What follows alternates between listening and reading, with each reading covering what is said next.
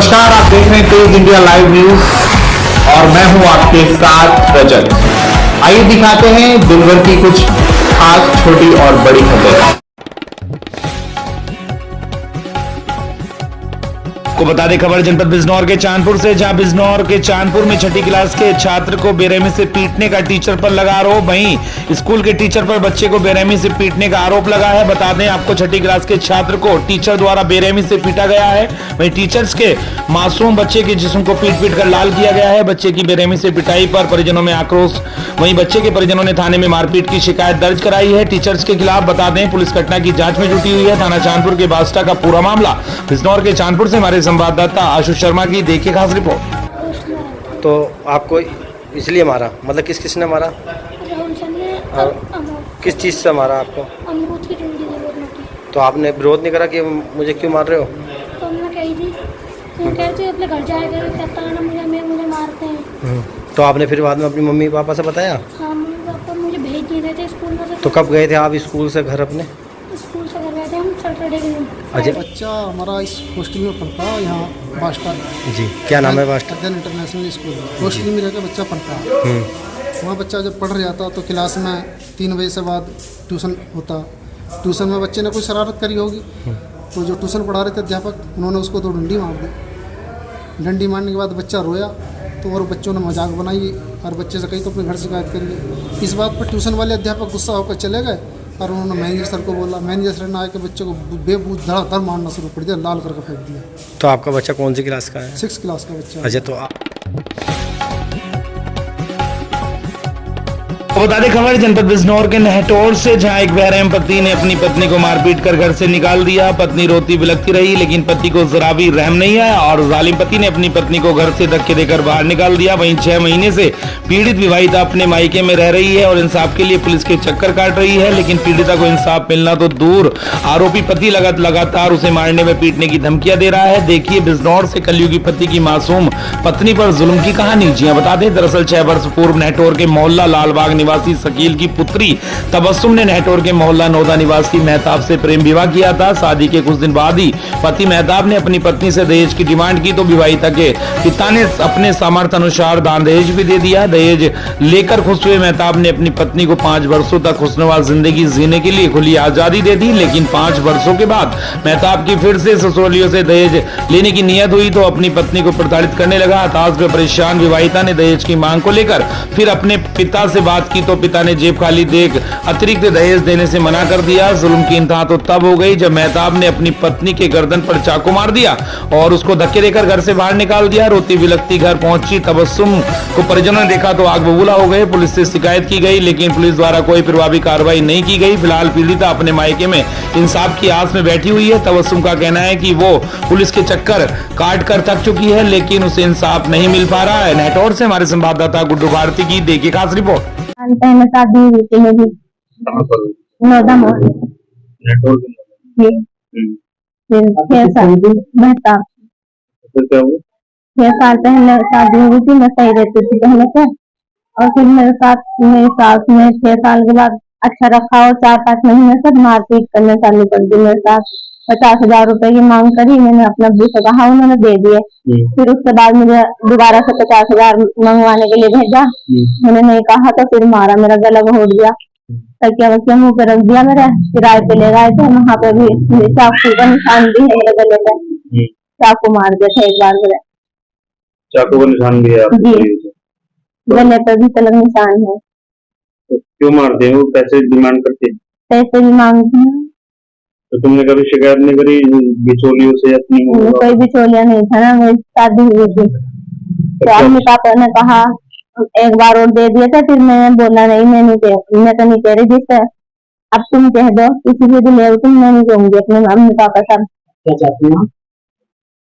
अब इंसाफ जो भी हो वही चाहती हूँ।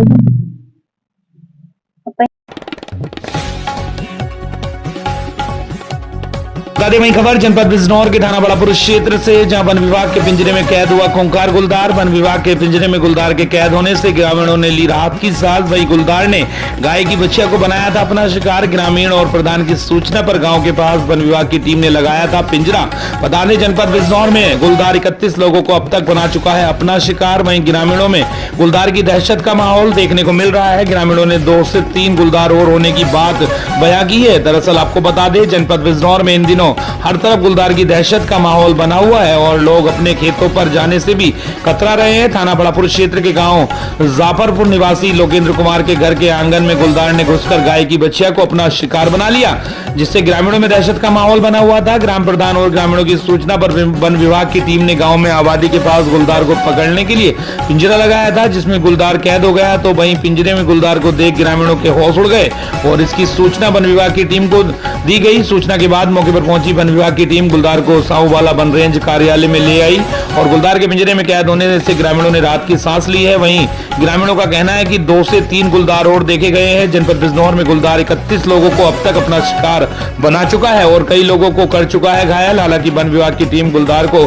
पकड़ने के लिए हर संभव प्रयास कर रही है। फिलहाल ग्रामीणों ने पिंजरा लगाकर गुलदार को पकड़ने की गुहार लगाई है। बिजनौर के बड़ापुर से हमारे संवाददाता मोहित कुमार की देखी खास रिपोर्ट। दिक्कत रहता, बच्चों को दिक्कत रहता और एक हमला भी कर दिया था उस पर गाय पे। वन विभाग वालों को मैंने शिकायत करी, उन्होंने पिंजरा लग कर रखा। उसमें पिंजरे में रात करीबन 10-11 बजे वो फंसा, 3 बजे भी ले गए। किसी की बच्चा भी खाली दिया गुलदार ने। खाली थी, हाँ। और क्या कहना चाहेंगे? कहना क्या चाहते हैं, सुरक्षित और भी 2 और हैं। और भी हैं यहाँ पे गए, देखे गए हैं। हाँ।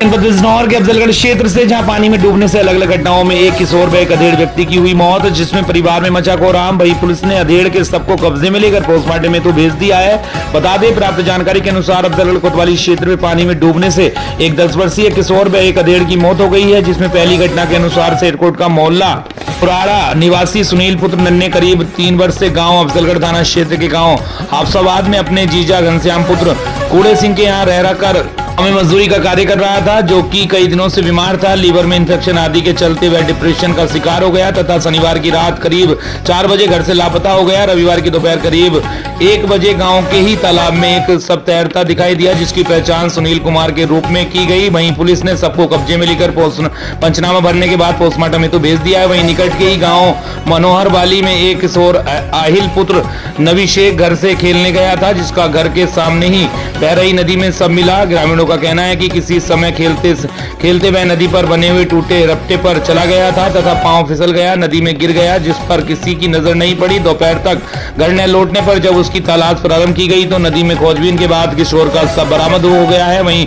परिजनों ने किसी भी पुलिस कार्रवाई से इनकार कर दिया। दोनों घटनाओं से दोनों परिवारों में कोहराम मचा हुआ है। बिजनौर के अफजलगढ़ से संवाददाता। नदी में 11 वर्षीय एक आहिल नामक बच्चे के डूबने की सूचना प्राप्त हुई थी। तत्काल स्थानीय पुलिस मौके पर पहुंचकर ग्रामीणों के सहयोग से उसे बाहर निकाला गया। परिजनों द्वारा बताया गया कि परिजन खेत में काम करने चले गए थे तथा बच्चा नहाने के लिए गया हुआ था। गहरा पानी होने की वजह से डूब गया। बाद पंचायतनामा बच्चे का शव परिजनों को सुपुर्द कर दिया गया।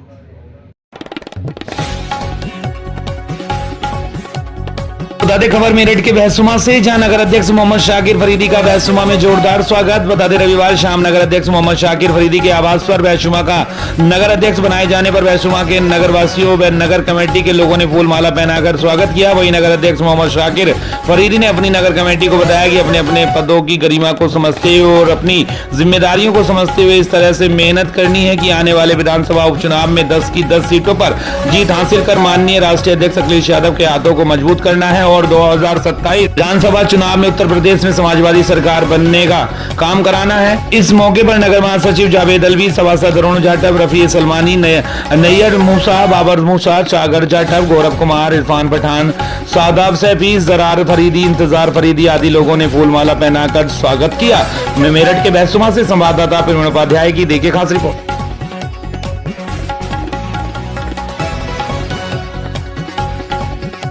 को बता दें खबर उत्तर प्रदेश के जनपद शामली से, जहां शामली जनपद में 622वें निःशुल्क नेत्र जांच शिविर का किया गया आयोजन। बता दें जगत बंधु सेवा ट्रस्ट शामली एवं जनचेतना दिव्यांग सोसाइटी एनजीओ रजिस्टर्ड शामली द्वारा दृष्टि आई केयर सेंटर के सहयोग से शामली के सलेख बिहार में एक विशाल 622वें निःशुल्क नेत्र जांच शिविर का आयोजन शामली के समाज सेवी इरशाद अहमद के निवास स्थान पर किया गया। कैंप में 156 मरीजों की आंखों की जांच डॉक्टर राहुल गोयल नेत्र चिकित्सक द्वारा की गई। जांच के पश्चात सभी मरीजों को संस्था द्वारा निःशुल्क दवाइयां वितरित की गई। कैंप में जांच के उपरांत 16 मरीजों की आंखों में सफेद मोतियाबिंद पाया गया। मोतियाबिंद के सभी मरीजों को बस के माध्यम से देहरादून भेजकर सभी मरीजों का ऑपरेशन निःशुल्क कराया जाएगा। वहीं कैंप में संस्था के अध्यक्ष अमन नामदेव के द्वारा बताया गया कि रविवार के कैंप का आयोजन प्रमुख सामाजिक संस्था जनचेतना दिव्यांग सोसाइटी के सौजन्य से किया गया है। उन्होंने बताया कि शहर में अनेकों मरीज ऐसे हैं जिनको अच्छे से नहीं दिखाई देता, परंतु पैसे का अभाव होने के कारण वो अपनी जांच एवं ऑपरेशन कराने में सक्षम नहीं है।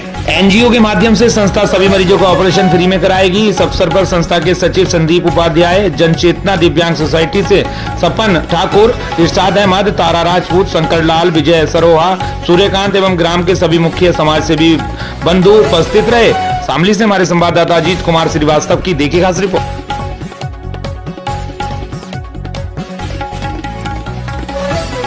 उत्तर प्रदेश के जनपद शाहजहांपुर से, जहां शाहजहांपुर में एसओजी एवं थाना सदर बाजार पुलिस द्वारा अवैध रूप से चल रही पटाखा सुतली बम की फैक्ट्री को किया गया भांडाफोड़। निर्मित एवं अर्धनिर्मित पटाखों, विस्फोट सामग्री सहित करीब 5 लाख के पटाखे व कच्चा माल बरामद किया गया है। वहीं 4 अभियुक्तों को गिरफ्तार भी किया गया है। बता दें जनपद शाहजहांपुर में एसओजी टीम एवं सदर बाजार पुलिस के द्वारा मुखबिर की सूचना पर थाना सदर बाजार क्षेत्र अंतर्गत मोहल्ला बाडूज की प्रथम में अभियुक्त अरबाब का पुत्र स्वर ये जुबेर उर्फ जुग्गन खान निवासी गण मोहल्ला वाडूजी प्रथम स्थित मकान तथा मोहल्ला ककरत कला स्थित इनके गोदाम पर छापेमारी कर भारी मात्रा में बारूद व पटाखे बरामद किए गए हैं। वह उपरोक्त घटना में सम्मिलित अभियुक्त खां व जब्बार खां को 2 वर्ष पूर्व भी अवैध पटाखे बनाने के जुर्म में गिरफ्तार कर जेल भेजा गया था। इस घटना में शामिल जमालुद्दीन पुत्र निजामुद्दीन निवासी मोहल्ला चौक आला खां एवं व एक बालक भी शामिल है। इस संबंध में सौम्या पांडे क्षेत्राधिकारी नगर शाहजहांपुर द्वारा मीडिया को दी गई जानकारी। देखिए हमारी इस खास रिपोर्ट में हमारे संवाददाता विशाल श्रीवास्तव के साथ।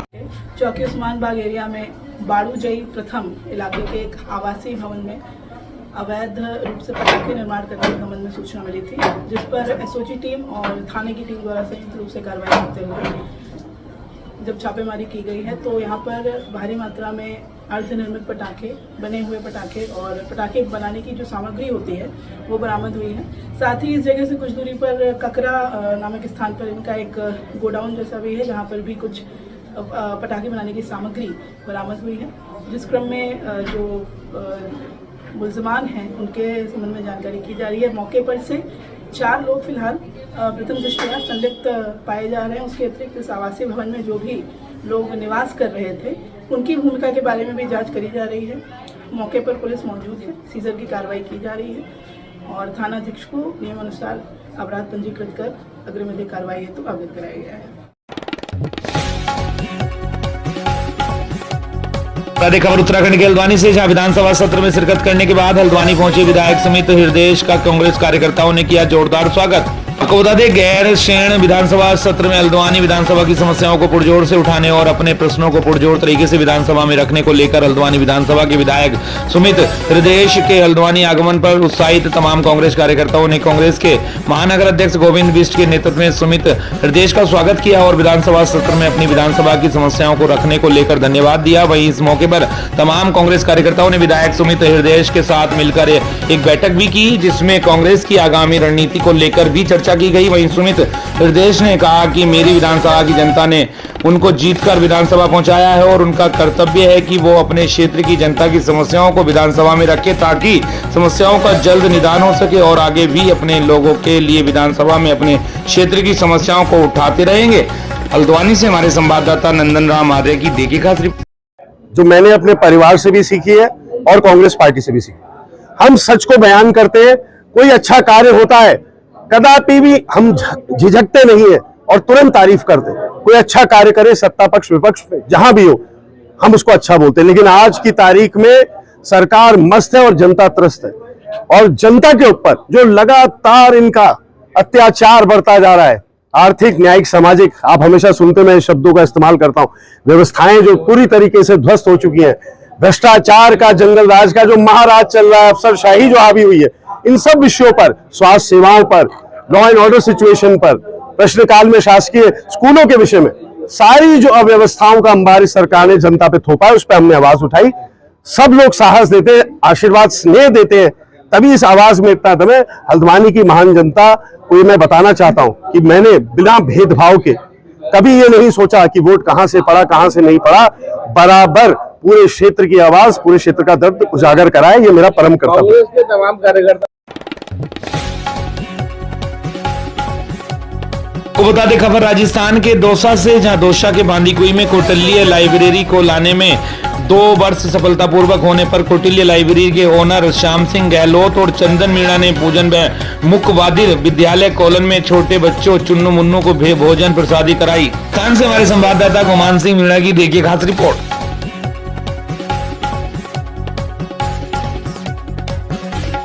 सर, जो वाल्मीकि पनियावा से वाल्मीकि रोड आती है मदनपुर, बहुत जर्जर थी। आपने एक मंत्री जी को आवेदन भी दिया है कि जल्द से जल्द बनने के लिए। सर, क्या लगता है कितना दिन में बन जाएगा सर? देखिए, मैं उस पर आपको 2 चीज़ मैं उस पर आपको बताना चाहता हूँ। एक तो मैंने मांग किया था एलिवेटेड रूट का, तो उसका बहुत जल्द जो हमारे बिहार के डिप्टी सीएम विजय सिन्हा जी हैं, जो आरसीडी के मंत्री भी हैं, उनके द्वारा, फॉरेस्ट के द्वारा और NHI का एक बहुत जल्द संयुक्त मीटिंग होने वाला है, जिसमें हमारे माननीय मंत्री जी का भी सहयोग है और बहुत जल्द वो मीटिंग होगा। उस मीटिंग में जो एलिवेटेड रोड बनना है, मुझे काफ़ी पूर्ण भरोसा और पूर्ण विश्वास है। मुझे अपने माननीय मुख्यमंत्री श्री नीतीश कुमार जी पर पूर्ण भरोसा और पूर्ण विश्वास है कि वो मेरा एलिवेटेड रोड का जो प्रस्ताव है वो स्वीकृत होगा और हमारे क्षेत्र में एलिवेटेड रोड जो वाल्मीकि नगर, मतलब जो वाल्मीकि नगर विधानसभा के अंतर्गत मदनपुर को पनियावा से जोड़ती है, अर्थात यूपी और बिहार के बॉर्डर को जोड़ती है, वो बने। तब तक हमने NHI के पदाधिकारियों से बात की थी। मैं स्वयं माननीय केंद्रीय मंत्री श्री गडकरी जी के पास गया था। मैं और माननीय हमारे राज्य मंत्री श्री सतीश चंद्र दुबे जी, हम लोग दोनों आदमी गए थे। तो उस समय उन्होंने NHI के पदाधिकारियों को सख्त निर्देश दिया था कि जब तक एलिवेटेड रोड नहीं बनता है तब तक उस रोड को मोटरेबल कर दिया जाए, ताकि वह रोड लोगों को चलने के लिए, लोगों के चलने के लिए सुविधा हो, लोगों को उसमें चलने में आसानी हो, लोगों को किसी तरह का कोई समस्या ना आए। Thank you sir.